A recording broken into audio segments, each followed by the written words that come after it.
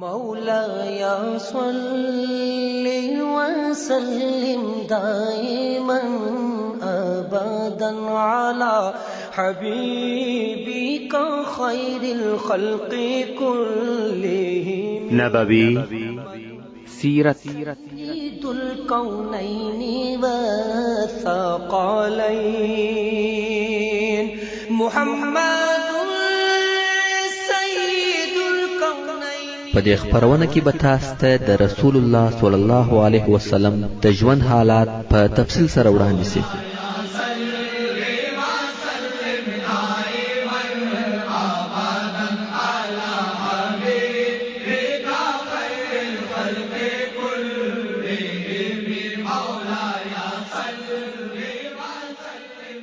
تعليم الإسلام.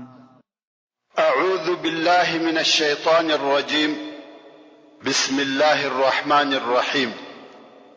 إن الحمد لله نحمده ونستعينه ونستغفره ونعوذ بالله من شرور أنفسنا وسيئات أعمالنا. من يهده الله فلا مضل له ومن يضلل فلا هادي له. وأشهد أن لا إله إلا الله وحده لا شريك له وأشهد أن محمدا عبده ورسوله صلى الله عليه وآله وأصحابه وسلم تسليما كثيرا. أما بعد، محترم ورونو، موږ د احد د غزا قصه په پوره تفصیل سره درته بیان کړه او خبره دې ځای ته رسېدلې وه چې دغه غزا آیا د مسلمانانو د فار شکست بلل کېدلی سي که یا؟ نو اوس به د هغه ځای څخه را شروع کړو. که موږ په دقیق نظر ورته وګورو او دغه جنګ و دوو حصو یا دوو صفحو ته وویشو، په دې کې هیڅ شک نسته چې د جنګ په دوهمه صفحه کې عسکري لوړوالی او تفوق د مشرکانو د لښکر او دوی و چې پر میدان جنگ مسلطه وه.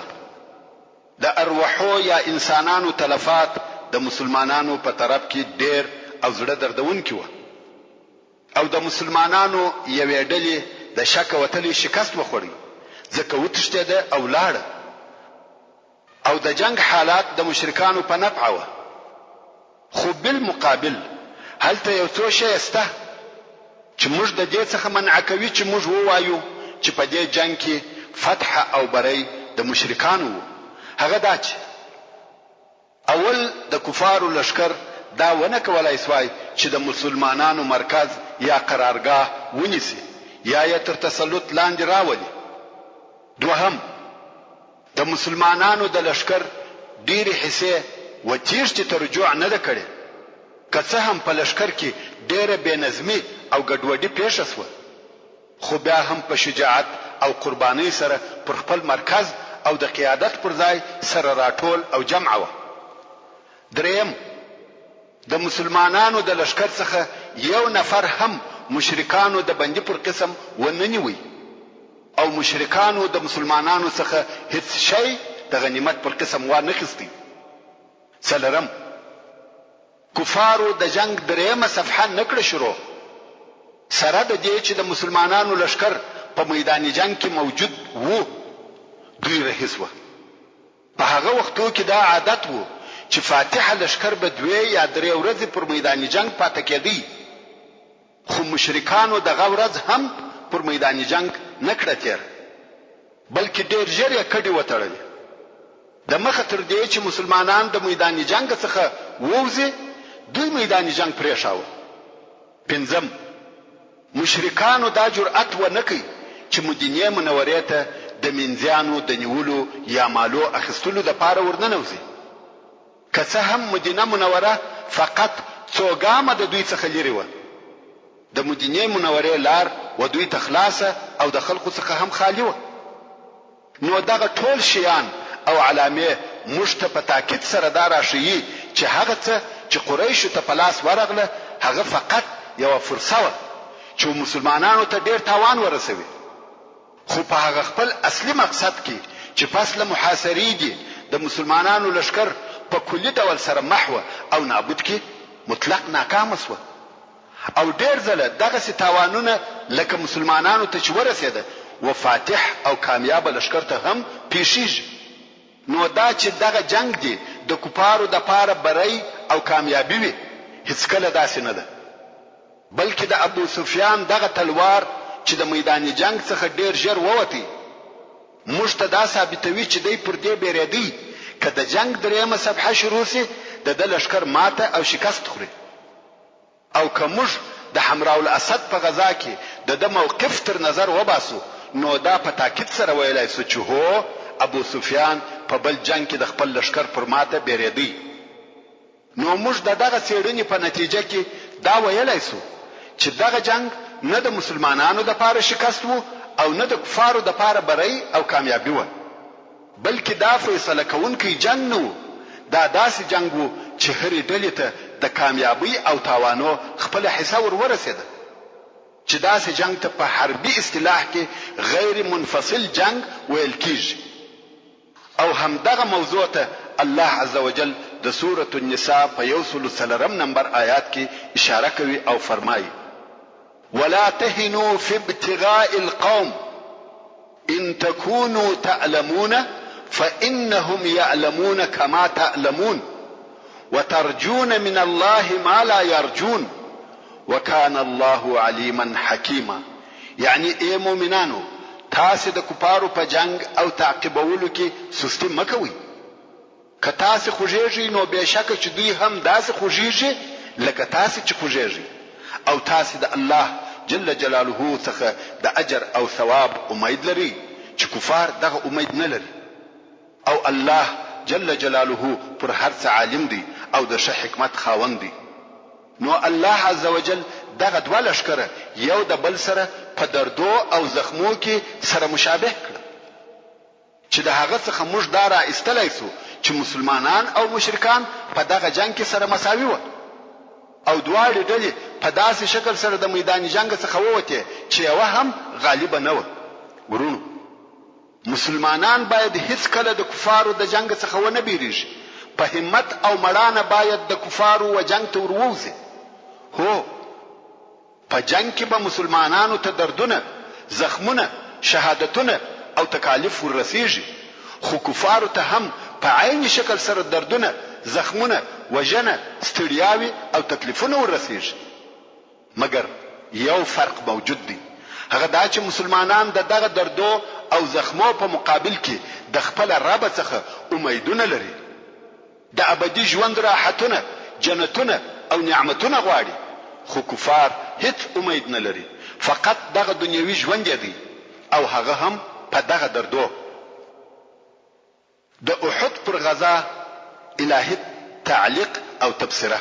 ورونو د الله جل جلاله د طرفه څخه د احد د غزا په متعلق آیاتونه نازل شوه چې دغه جنگ پر ټولو مهمو نقطو یې مرحله په مرحله روشنايي اچول او هغه سببونه یې روښانه کړه چې دغه تاوانونه یې په وجود راوړه او د ځینو مسلمانانو هغه ضعیفه اړخونه یې ښکاره کړه کوم چې تر اوسه پورې په ځینو کسانو کې موجود و. هغه کسان یې متوجه کړه چې په دغسې مهم او فیصله کوونکو وختو کې د هغو واجب وظیفه څه شي ده او دغه امت چې تر نورو امتو افضل او بهتر دی هدف او مقصد څه شي دی. او بیا قرآن مجید د منافقینو حالات بیان کړه، هغه یې رسوا کړه، د هغو هغه د زړه حالات یې ښکاره کړه چې د الله او رسول الله صلی الله علیه و آله وسلم سره عداوت او هغه وسوسه او شبهه یې ایسته کړې چې د ضعیفه مسلمانانو په زړه کې ورګرځېدلې. هغه دسیسه او فتنه چې منافقینو او د هغو ورونو يهودو په مسلمانانو کې نشرولې هغه واضحه او افشا کړې و هغه حکمتو او شو مقصدو ته اشاره وکړه کوم چې دغه جنگ په نتیجه کې په وجود راغله. مقصد دا چې د سورة آل عمران 18 آیات د احد د جنگ په باره کې نازل شوه چې د جنگ اوله مرحله د الله عزوجل په دې قول سره شروع کیږي چې فرمایي: وَإِذْ غَدَوْتَ مِنْ أَهْلِكَ تُبَوِّئُ الْمُؤْمِنِينَ مَقَاعِدَ لِلْقِتَالِ. یعنی کوم وخت چې ته د ورځې په اول کې د خپل کور څخه ووتې او په احد کې د مؤمنانو ته د جنگ د پاره ځایونه تیارول یا آماده کول، او هغه آخرنی آیات چې د احد د جنگ پر نتیجه او حکمت شامله او جامعه تفسیره کوي، د الله عزوجل هغه قول دی چې فرمایي: ما كان الله ليذر المؤمنين على ما أنتم عليه حتى يميز الخبيث من الطيب وما كان الله ليطلعكم على الغيب ولكن الله يجتبي من رسله من يشاء. يعني الله عز وجل داسې ندی چې مؤمنان پر هغه حال پریږدي چې همدا اوس تاسو یاست، ترڅو چې الله جل جلاله ناپاکه د پاکو څخه جلا نه کړي. یعنی تاسو امتحانوي چې صادق او منافق مو سره جلا سي، او الله جل جلاله داسې نه دی چې تاسو په غیب باندې خبر کړي چې د منافقانو فرق او تمیز د مخلصانو څخه بیل امتحان څخه وکړي، مگر الله عز وجل د خپل رسولانو څخه هغه څوک اختیاروي چې دی عز وجل یې اراده وکړي. یعنی دغه د غیب اطلاع په خپل رسولانو کې وهغه چاته ورکوي چې د عز وجل خوښ وي. فآمنوا بالله ورسله وإن تؤمنوا وتتقوا فلكم أجر عظيم. نو اے مؤمنانو تاسو پر الله جل جلاله او د هغه پر رسولانو ایمان او یقین ولرئ، که تاسو پر ایمان قائم پاتې سئ او د بدو کارو څخه ځانونه وساتئ، پس نو تاسو ته ډېر لوی اجر دی چې هغه جنت دی. ورونو علماء رحمهم الله وایي د احد په غزا کې او په هغه تکالیفو کې چې مسلمانانو ته ورسېده ډېرې فائدې او الهي حکمتونه شته چې اوس به هغه لوی لوی شیان درته بیان کړم. اول مشوره، هغه چې رسول الله صلی الله علیه و آله وسلم پر خپل ځان عملی کول. هر هغه کار چې به د مشورې لایق وو، رسول الله صلی الله علیه و آله وسلم به په هغه کار کې د خپل اصحاب کرامو سره مشوره کول. موږ ولیده چې رسول الله صلی الله علیه و آله وسلم دا نکړه خوښه چې د خپل اصحابو د هغه مشورې څخه مخالفت وکړي کوم چې ویل دشمن ته وروزو. که څه هم د رسول الله صلی الله علیه و آله وسلم دا خوښه و چې په مدینه منوره کې پاتې شي. دوهم، په دغه غزا کې منافقان په ښکاره سره معلوم شو چې د دوی په حرکتو او افعالو مسلمانانو ته حکمتونه او مقصدونه په لاس ورغله، چې مهم مقصد داسو چې مسلمانان یې د منافقانو د اختلاط څخه جلا کړ، او دا د مسلمانانو د پاره په ورسته کې ډېرې فائدې درلودې. نن ورځ به مهم داسې مثالونه لیدلي او اورېدلي وي. موږ ولیده چې عبد الله ابن ابي ابن سلول 300 نفر خپل متابعین پس له هغه څخه چې د مدینې منورې څخه د مسلمانانو سره راووتل، بیا یې د رسول الله صلی الله علیه و آله وسلم او مسلمانانو څخه څنګه جلا کړ. په ښکاره سره دا بهانه جوړ کړه چې رسول الله صلی الله علیه و آله وسلم د هغه مغرور ځوانانو رایه قبول کړه، او ما غوندې د عقل او تجربو د خاوند رایه پرېښول. خو په حقیقت کې د جنگ نه غوښتي، نه غوښته چې ځان د خطر وضعیت ور واچوي، چې دا د منافقانو د هغه معلومو علامو څخه دی. دوی غواړي چې د اسلام په نامه سره غنیمتونه لاسته راوړي او د اسلام په لار کې د ستړیاو او تاوانو څخه ځان وساتي. دوی په اسلام پورې په دغه دوه سبب لاس نیولې دي، یا دا چې د اسلام غنیمتونه غواړي، یا دا چې د اسلام په نامه ځان د مصیبتو او تکالیفو څخه ساتي. دریم، رسول الله صلی الله علیه و آله وسلم په دغه جنگ کې د کفارو څخه مرسته او کومک ونه غوښته، یا اصلا د هغو کومک نه کوي قبول. که څه هم د مسلمانانو شمیر ډیر لږ وو، خو بیا یې هم د یهودو هغه کومک نه کوي قبول چې د قومي تعصب په سبب د احد جنگ ته وتلی و. ابن سعد رحمه الله په خپل طبقات کې وایي چې رسول الله صلی الله علیه و آله وسلم وفرمایل: لا نستنصر باهل الشرك على الاهل الشرك. یعنی موږ پر مشرکانو په مشرکانو سره کامیابی نه غواړو. څلورم، که موږ دغه جنگ چې د مسلمانانو او کفارو په مابین کې وو ټوله وخت متوجه سو، وبوینو چې دغه وخت و دوه حصو ته ویشل کیږي. اوله حصه یې هغه ده چې مسلمانانو خاصتا غش وشتونکو د خپل قائد رسول الله صلی الله علیه و آله وسلم اوامر عملي کړي و، پر خپل ځایو ټینګ ناست و. نو نتیجه یې څه شوه؟ نصرت د مسلمانانو د لشکر او شکست د کفارو په لشکر کې شروع شو. ډېر ژر د 3000 نفرو مشرکانو په زړه بیره ننوته، خپل ځایونه یې پرېښول او په تېښته یې شروع وکړه. او دا د جنگ هغه وخت او هغه حصه ده چې الله عز وجل د هغه په باره کې فرمایي: ولقد صدقكم الله وعده اذ تحسونهم باذنه. یعنی په تحقیق سره الله جل جلاله خپل وعده تاسو ته رښتیا کړه کوم وخت چې تاسو د الله په امر سره کافران وجل. دا خو د جنگ اوله صفحه یا اوله حصه وه. اوس د جنگ و دوهمه حصه ته راسه.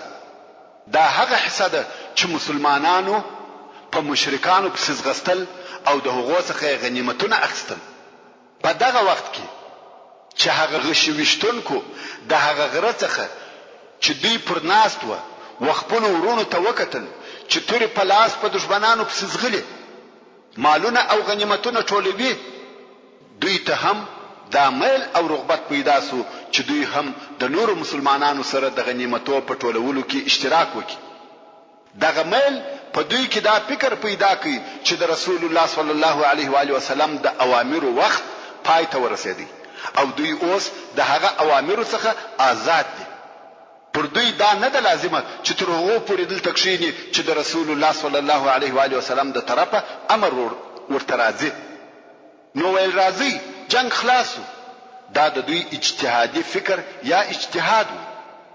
خو د دوی په دغه اجتهاد کې د دوی امیر عبد الله ابن جبیر رضی الله تعالی عنہ او ځینو نورو اختلاف ورسره وکړي.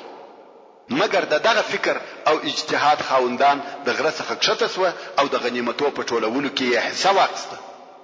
د دوی دغه مخالفت نتیجه څه شوه؟ هغه بیره چې د کفارو په زړه ننوتلې وه هغه د کفارو په نوې حمله بدله سوه. هغه خالد ابن ولید چې د تیښتې په حالت کې و د چم او حیلې په فکر کې سو. شاوخوا یې وکتل، ویلې ده هغه غر چې ټینګ ساتل سوی وو اوس د هغه غشي وشتونکو څخه خالی دی، لکه نن ورځ چې د اسلام قلعه د ساتونکو څخه خالی ده. نو یو عسکري فکر په سر کې پیدا سو. فورا دی او د ملګری د هغه غره خواته ور وګرځیده. هغه لږ کسان چې پر غره پاته و هغه په شهادت ورسول او مسلمانان د شاده طرفه په غوښ ولي. دا وار بیره د مسلمانانو په زړه ننوتل او هغه پیښه سوه چې د مخه مو درته بیان کړ. د جنگ پر دغه حصه الله عز وجل تفسیره کوي او فرمایي: حتى اذا فشلتم وتنازعتم في الامر وعصيتم من بعد ما اراكم ما تحبون منكم من يريد الدنيا ومنكم من يريد الاخره ثم صرفكم عنهم ليبتليكم. یعنی تر هغه وخت پورې تاسو کامیاب واست، مشرکان مو وجل تر څو چې بې زړه سواست او په خپل مابین کې د رسول الله صلی الله علیه و آله وسلم په امر کې سره مخالف سواست. چا ویل ځو، چا ویل کښېنو، او پس له هغه څخه مو نافرمانی وکړه چې الله عز وجل هغه شی د ښکارا کوي چې ستاسو خوښ وو، چې هغه نصرت او غنیمت وو. ځینې ستاسو څخه هغه څوک دي چې دنیا او د هغې دغه لږ او خصیص ژوند خوښوي، او ځینې ستاسو څخه هغه څوک دي چې آخرت خوښوي. ورونو اوس نو تاسو وګورئ د دغه یوې خطا نتیجه څونه لو او عامه وه. د مسلمانانو په لشکر کې د یو څو لږو کسانو د خطا نتیجه و ټولو مسلمانانو ته ورسېده.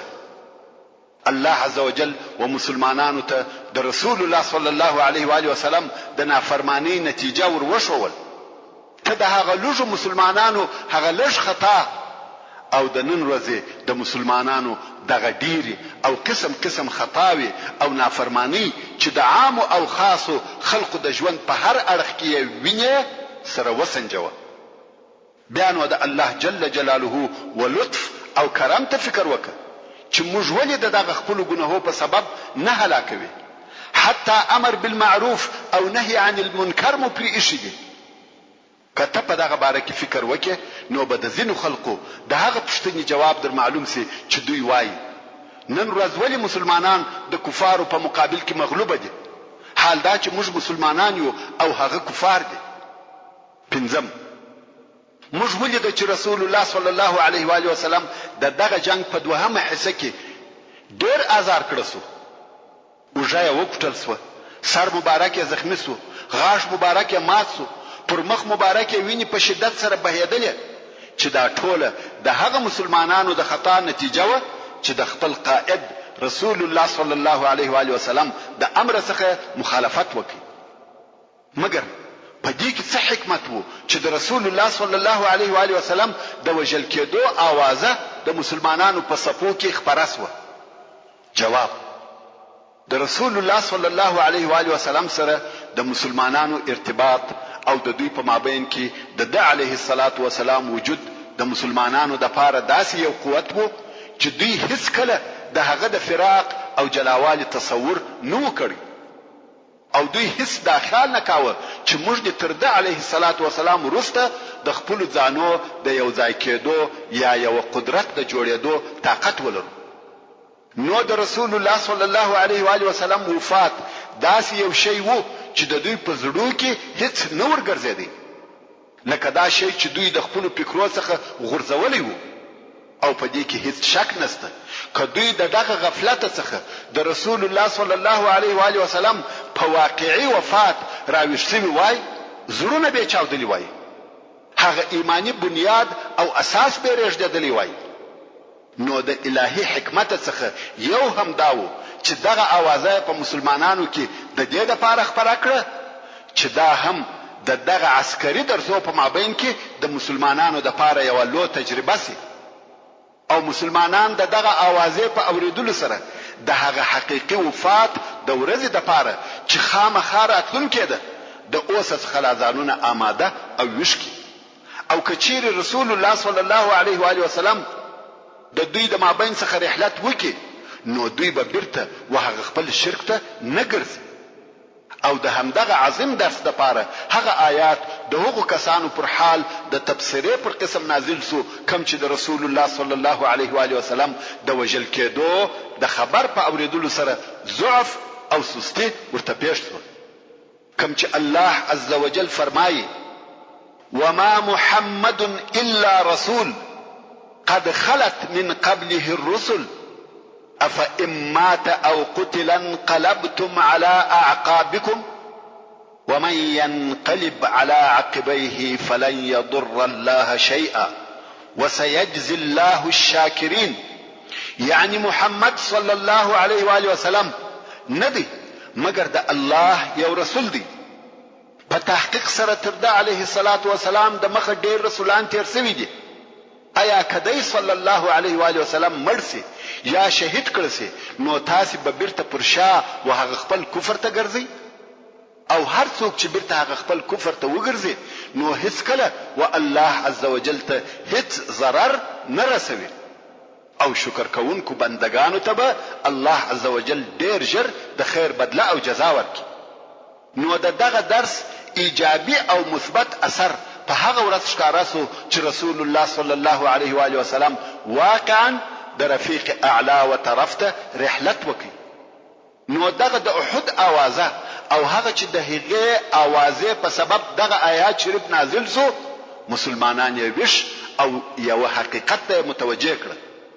په کوم ورځ چې رسول الله صلی الله علیه و آله وسلم واقعا هم رحلت وکړي مسلمانانو په غمجن زړه د هغه سره وداع وکړه او د هغه امانت وساتلو ته متوجه شو چې رسول الله صلی الله علیه و آله وسلم و دوی ته ورپرې ایښی و چې هغه د دعوت او فی سبیل الله جهاد امانت او دغه امانت په ساتلو سره مسلمانان په خپل ایمان کې قوي او په عقیده کې شدید پاتې شو. منګر نن ورځ پر دغه نو تاسو نور تفسیر وکړي. شپږم، د انبیاء علیهم السلام د ژوند عادت داسې وي چې یو وار په امتحان مبتلا کیږي او بیا آخرنۍ کامیابی د دوی وي. او په دې کار کې حکمت دا دی که همیشه کامیابی د انبیاء علیهم السلام سره وي نو به په مسلمانانو هغه څوک نه نوځي چې واقعا مسلمانان نه دي، نو به صادق او منافق نه سره پیژندل کیږي. او که همیشه شکست دوی سره وي نو هغه د بعثت او نبوت مقصد نه تر سره کیږي. نو د الهي حکمت دا تقاضا و چې نصرت او شکست یې دواړه سره یو ځای کړه چې صادق د کاذب څخه معلوم او جلاسي. او دا هم په دې سبب چې د منافقانو نفاق د مسلمانانو څخه پټ و. کوم وخت چې د احد دغه قصې پیښې شوې او منافقانو هغه خپل نفاق په قول او عمل کې ښکاره کوي، مسلمانان پوه شول چې دوی د دوی په لباس کې دشمنان لري، نو وهغو ته آماده شوه او د هغو څخه یې ځانونه وساتل. اووم، په ځینو ځایو کې د نصرت او برید ځنډېدل د نفس شکست دی. کوم وخت چې مسلمانانو ته د شکست حالات پیښ شوه صبر یې وکړي او منافقان عاجز شول. اتم، الله عز وجل د خپل مؤمنو بدنګانو د پاره په جنت کې داسې کورونه او منزلونه جوړ کړي دي چې دوی په خپل عمل سره وهغه مقام ته نشي رسیدلی، نو ځکه و دغه بندگانو ته داسې تکالیف او زحمتونه پیښ کړي چې د هغو په واسطه سره وهغه خپل منزل ته ورسیږي. نهم، تاسو پوهیږئ چې شهادت د ولایت د لوړو درجو څخه دی، نو الله عز وجل خپل خاص بندگان په دغه درجه سره خاص کی شهادت ور نصیب کی. لسم، الله عز وجل د خپل دشمنانو د هلاک او په دوزخ کې د سخت عذابو اراده فرمایلی ده، نو خود و دوی ته داسې اسباب برابر کی چې دوی په هغه سره د هغه عذاب وړ او لائق وګرځي، لکه کفر او بغاوت، سرکشي او نافرمانی. او د الله عز وجل د دوستانو ظهیرول چې د دوی په دغه کارو سره د مسلمانانو ګناهونه تویږي او د کافرانو د هلاک سبب ګرځي. یولسم، تاسو راسي چې یو څه هغه حالات ته متوجي سو چې د رسول الله صلی الله علیه و آله وسلم اصحاب په هغه وخت کې یو په بل پسې وژل کېده چې دوی د علیه الصلاۃ والسلام ساتنه په خپل بدنو سره د مشرکانو د غشو او د توري د ضربو څخه کول. دوی د غشو تر باران لاندې یو په بل پسې وځارېدل، خو د دوی ټول کوشش دا و چې د رسول الله صلی الله علیه و آله وسلم ژوند وساتي او بل یې د هیڅ شي پروا نه درلوده. د دغه عجیب قربانی او فداکاری سبب او مصدر چی شو؟ د هغه اول مصدر ایمان پر الله او پر رسول الله صلی الله علیه و آله وسلم، او دوهم مصدر یې د رسول الله صلی الله علیه و آله وسلم محبت و. دغه دواړه چې سره یو ځای سو دغه عجیبه قربانی او فداکاری په وجود راوړ. نو نن ورځ هم یو مسلمان و دغه دواړو مصدرو ته اړ او محتاج دی.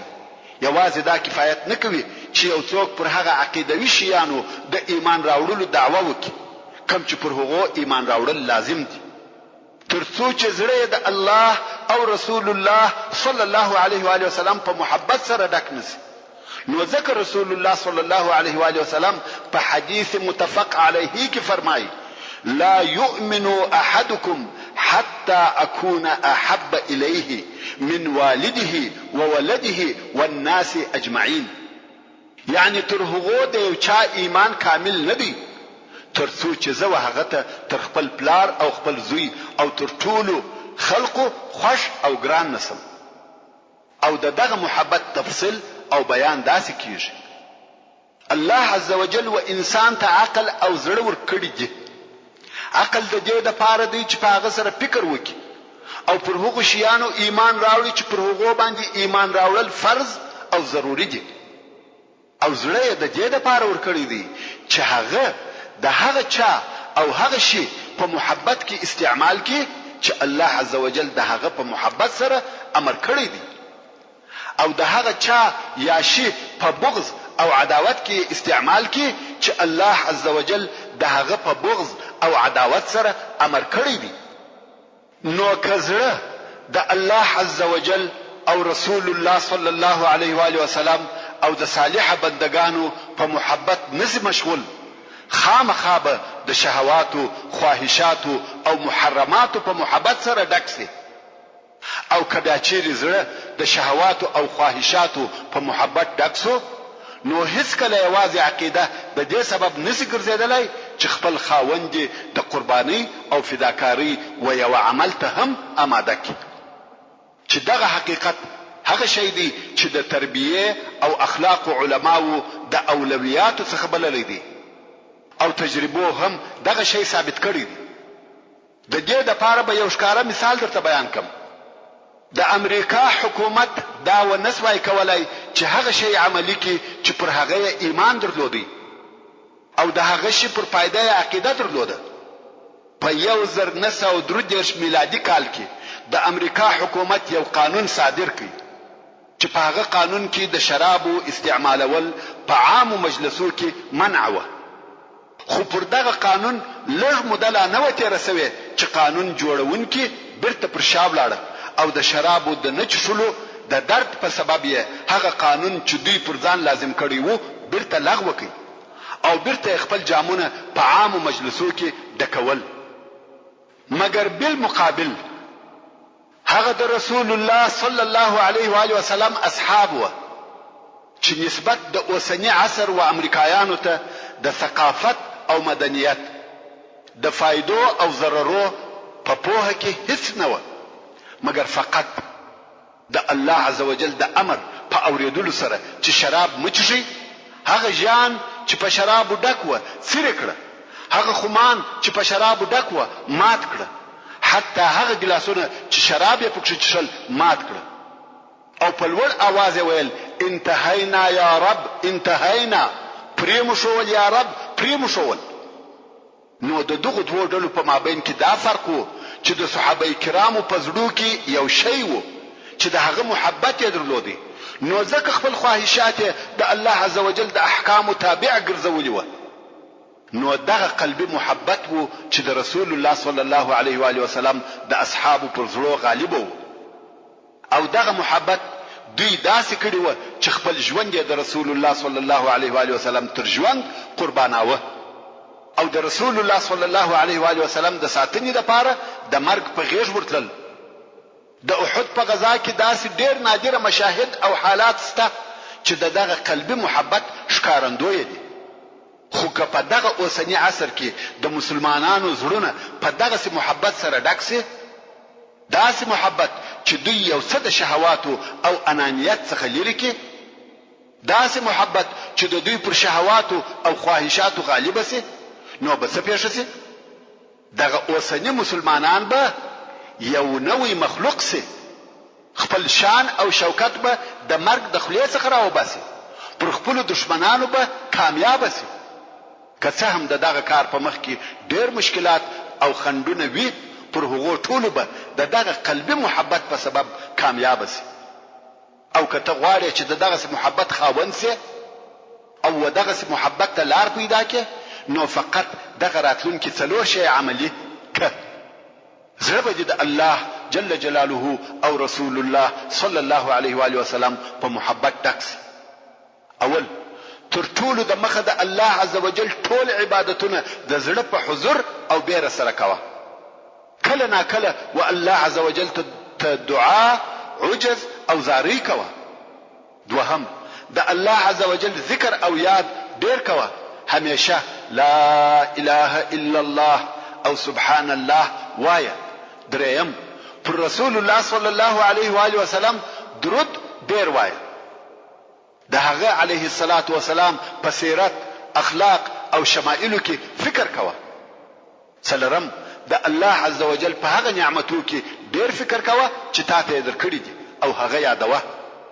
محترم ورونو، که د احد پر غزا نور هم و تفسیره کولو ته دوام ورکم، پوره یو کتاب ځینې جوړیږي، خو زه به په دغه اندازه سره کفایت وکم. نور نو تاسې کولای سي چې د سیرت النبي صلی الله علیه و آله وسلم پر هره ماده په خپله تفسیره وکړئ. دا فقط و تاسې ته لارښوونه وه چې څنګه او په کومه طریقه سره د سیرت النبي صلی الله علیه و آله وسلم څخه حکمتونه او درسونه را ایستلای سي. ورونو، دا د احد د غزا قصه وه، هغه لو او شدیده غزا چې پر مسلمانانو تیره سوې ده. دا هغه غزا وه چې د مسلمانانو دپاره ډېرې تجربې او درسونه پکښې وه. او اوس به هغه حادثات او واقعات درته بیان کم چې د احد او د خندق د غزاو په مابین کې پیښ شوي دي. ورونو، د احد جنگ د مسلمانانو پر شهرت ډېر بد اثر وکړ. د خلقو د زړو څخه د دوی هیبت ووتی. خلقو ته ضعیفه ښکاره سوه. پر مسلمانانو داخلي او خارجي مشکلات زیات سوه. پر مدینه منوره د هره طرفه خطرونه راوګرځېده. یهودو، منافقانو او صحرایي عربو په ښکاره سره د دشمنۍ اعلان کاوه. او هرې ډلې دا اراده کړې وه چې مسلمانانو ته یو تکلیف پیښ کړي، بلکې دا یې امید و چې مسلمانان ختم او فیصله کړي. نو ځکه د احد پر جنگ 2 میاشتې لا نه وې تېرې سوې چې د بنو اسد قبیلې د مدینې منورې د حملې دپاره ځانونه آماده کول. او بیا د هجرت د 4 کال د سفر په میاشت کې د عضل او قاره قبیلو داسې یو چم او دسیسه جوړه کړه چې د رسول الله صلی الله علیه و آله وسلم د اصحابو څخه د 10 نفرو د وژل کېدو یا شهادت سبب وګرځېده. او په عین دغه میاشت کې د بنو عامر قبیلې داسې یو خیانت وکړي چې د رسول الله صلی الله علیه و آله وسلم او یا نفر اصحاب کرام پکښې ووژل شول، چې دغه واقعه د بئر معونه په واقعه سره مشهوره ده. همدارنګه د بني نظیر یهودو په دغه وختو کې په ښکاره سره د دشمنۍ نارې وهلې، تر څو چې دغه کال یعنی د هجرت د 4 کال د ربیع الاول په میاشت کې داسې یو چم جوړ کړي چې په هغه کې د رسول الله صلی الله علیه و آله وسلم د وژلو اراده کړې وه. او د هجرت د 4 کال د جمادی الاول په میاشت کې د بنو غطفان قبیله پر مدینه منوره د حمله اراده وکړه. مقصد دا کم هیبت او دبدبه چې مسلمانانو د احد په جنگ کې د لاسه ورکړه، د هغه په سبب تر یو وخت پورې مسلمانان د هر طرفه د خطر سره مخامخ وو. مګر دا د رسول الله صلی الله علیه و آله وسلم حکمت وو چې دغه خطرونه دفع کړه او مسلمانانو ته برته هغه د لاسه وتلی هیبت را وګرځاوه او دوی ته برته مجد او لوړوالی، شان او شوکت د سره ور وګټي. اول هغه کار چې دغه هیبت د راګرځولو د پاره رسول الله صلی الله علیه و آله وسلم وکي، هغه وحمراء الاسد ته وتلوه. دا چې په پرون کې د احد جنگ پای ته ورسېدی او په نن کې رسول الله صلی الله علیه و آله وسلم د خپل اصحاب سره په دشمن پسې وحمراء الاسد ته وځي. په دغه کار سره تر ډیره اندازې د خپل لشکر هیبت او شهرت وساتي. په دغه کار سره یې د مدینې منورې یهود او منافقان په حیرت کې واچول او بیا تر هغه وروسته نورې داسې عسکري مناورې تر سره کړې چې په هغه سره یوازې دا نه چې مسلمانانو خپل پخوانی هیبت لاسته راوړي، بلکې تر هغه زیاتوب هم وکړي. نو زموږ په راتلونکي بحث کې به ان شاء الله تعالی دغه موضوعات په تفصیل سره درته بیان سي. اول، هغه څوک چې د احد تر غزا وروسته د مسلمانانو پر ضد راپورته سوه هغه د بنو اسد قبیله وه. غواړي چې پر مدینه منوره حمله وکړي، ځکه د دوی دا خیال وو چې مسلمانان د احد د جنگ په واسطه تر اوسه ضعیفه دي.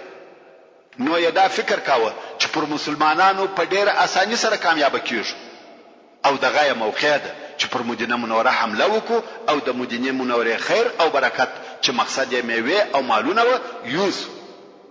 د بنو اسد د قبیله مشر چې طلیحه ابن خویلد نومېدی، دی هغه څوک دی چې د رسول الله صلی الله علیه و آله وسلم تر رحلت وروسته د ابوبکر صدیق رضی الله تعالی عنہ د خلافت په وختو کې د نبوت دعوه وکړه او د ردت په جنگو کې خالد ابن ولید رضی الله تعالی عنہ ماته ورکړه او دی وتښتېد. او بیا دغه طلیحه په وروسته کې مسلمان سو او د فارس سره په جنگو کې په شهادت ورسېدی. نو د مدینې منورې استخباراتو دا خبر ورسول الله صلی الله علیه و آله وسلم ته ورساوه چې طلیحه او د ورور سلمه په خپل قوم کې ګرځي او خلق د رسول الله صلی الله علیه و آله وسلم و جنگ ته سره یو ځای کوي. رسول الله صلی الله علیه و آله وسلم د دوی تر حمله د مخه د مهاجرینو او انصارو څخه یو ټولۍ جوړ کړه چې د افرادو شمیر یې 150 نفره وو او دغه ټولي قومندان یې ابو سلمه رضی الله تعالی عنہ مقرره کړ. ابو سلمه رضی الله تعالی عنہ د هجرت د 3 کال د محرم په میاشت کې د بنو اسد د قبیله پر طرف حرکت وکړ. بنو اسد په دې حال نه دي خبر د هغو تر آمادګۍ او حمله د مخه د هغو په بخبرۍ کې د مسلمانانو د طرفه حمله پر وسو. د بنو اسد قبیله سره وپاشل شو او په تېښته ځانونه خلاص کړ او مسلمانانو د هغو شان او پسونه په غنیمت سره واخیسته او بیرته مدینه منورې ته سالم او غانم ولاړ. په دغه حمله سره د بنو اسد قبیله وبېرېده او پر مدینه منوره هغه خپل حمله پرېښول او ابو سلمه رضی الله تعالی عنہ پس له هغه څخه چې مدینه منورې ته ورسېدی تر هغه زخم یې ویني الس به چې د احد په ورځ زخمی شوی وو او پس له لږ مودې څخه وفات شو. د خالد ابن سفیان الحذلی د وجلو د پاره د عبد الله ابن انیس رضی الله تعالی عنہ لېږل. ورونو د مدینه منورې په جنوب کې و مکه مکرمه ته نږدې یو قبیله اوسېده چې د حذیل قبیله ورته ویل کېده او دغه قبیله مشر او رئیس خالد ابن سفیان الحذلی نومېدی. دغه خالد ابن سفیان غوښته چې پر مدینه منوره یو قوي او شدیده حمله وکړي. نو دغه حمله د کولو د پاره د لشکر په جوړولو او راټولولو شروع وکړه. د هر ځای څخه خلق ورته راتله. دلته بیا د مدینه منورې استخباراتو دا خبر ورسول الله صلی الله علیه و آله وسلم ته ورساوه چې خالد ابن سفیان د مسلمانانو د جنگ د پاره لشکر جوړوي.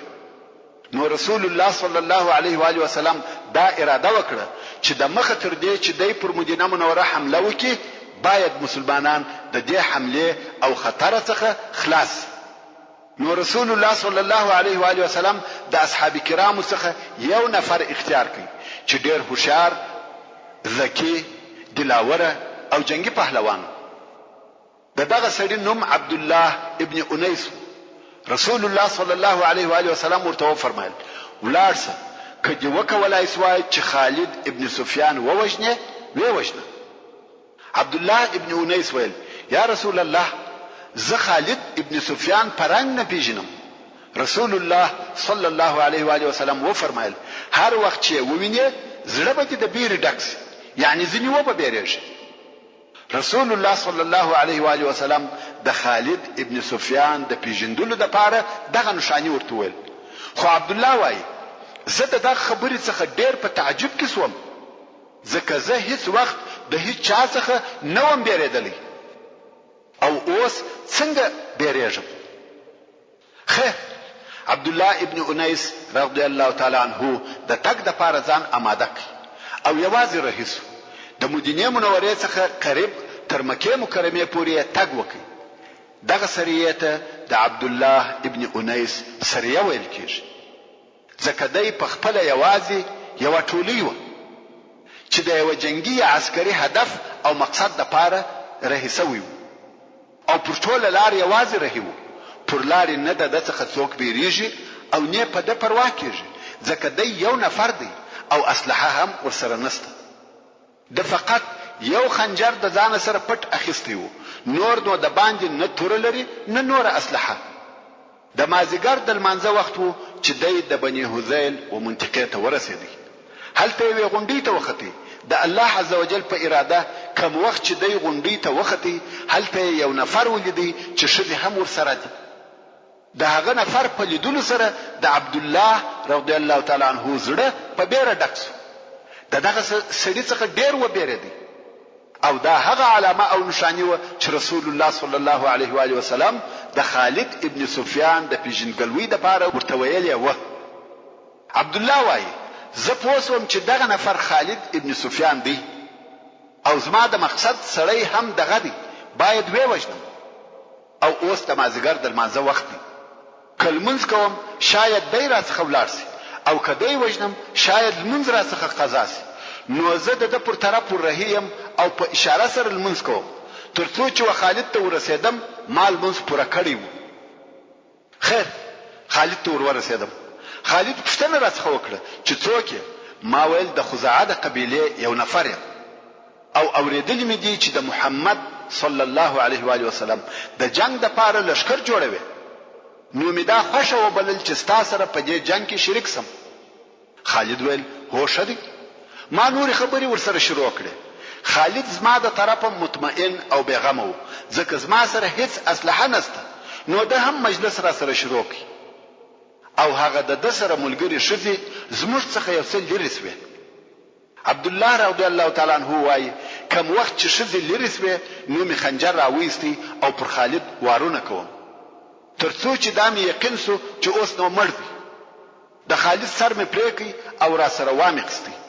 وروسته ښځې راغلې، که ګورې سړی مړ پروت دی او زه تللی یم. ښځو نارې او بغارې کړې، څو خلک سره راټول سوه، خو عبدالله تللی او پټ سوی و. عبدالله رضی الله تعالی عنه د هجرت د 4 کال د محرم د میاشتې پر 5 تاریخ په دغه خپل وظیفه پسې د مدینې منورې څخه رهي سو او د شنبې په ورځ چې د محرم د میاشتې 23 تاریخ وو بیرته مدینې منورې ته ورسېدی، چې په دې حساب عبدالله رضی الله تعالی عنه 18 ورځې د مدینې منورې څخه غائب وو. او اوس چې عبدالله مدینې منورې ته ورسېدی او رسول الله صلی الله علیه و آله وسلم چې د لري ولیدي ورته خندل او وی فرمایل افلح وجهك يا عبد الله. عبد الله ویل افلح وجهك يا رسول الله. ورونو دا د عربو اصطلاح و چې یو څوک به پر خپل مقصد کامیاب سو، دغه جمله به ورته ویل چې د لفظ ترجمه یې داسې ده کامیاب او مقصد ته ورسېدی ستا مخ. نو ځکه د دواړو د طرفه دغه جمله وویل سوه او عبد الله رضی الله تعالی عنه د خالد سر د رسول الله صلی الله علیه و آله وسلم و مخته کښېښاو. رسول الله صلی الله علیه و آله وسلم خپل لکړه و عبد الله ته ورکړه او وی فرمایل د قیامت په ورځ دغه لکړه زما او ستا په مابین کې علامه او نشانه ده. عبد الله رضی الله تعالی عنه دغه لکړه د مرګ تر وخت ورسره وساتل او د مرګ په وخت کې وصیت وکړي چې دغه لکړه د زما سره په کفن کې کښېښول شي. خالد ابن سفیان الهذلی چې د کفارو د رئیسانو څخه یو رئیس و په دغه طریقه سره ووژل سو او د عبد الله ابن انیس په همت او مړانه سره مسلمانان د هذیل د قبیله د هغه لوی حمله څخه خلاص و، ځکه د خالد ابن سفیان په وژل کېدو سره د هذیل قبیله سره وپاشل سو او پر مدینه منوره حمله پاتې سو. محترم ورونو، زموږ د بحث پاتې حسابه ان شاء الله تعالی پراتونکي کې واوري. سبحان ربك رب العزة عما يصفون وسلام على المرسلين والحمد لله رب العالمين. تعلیم الاسلام رادیو ستاسو د ذهنونو روښانه کوونکی. تشرب من وحي الرحمن 9.9 FM کندهار. يمنحها شهدا وحقا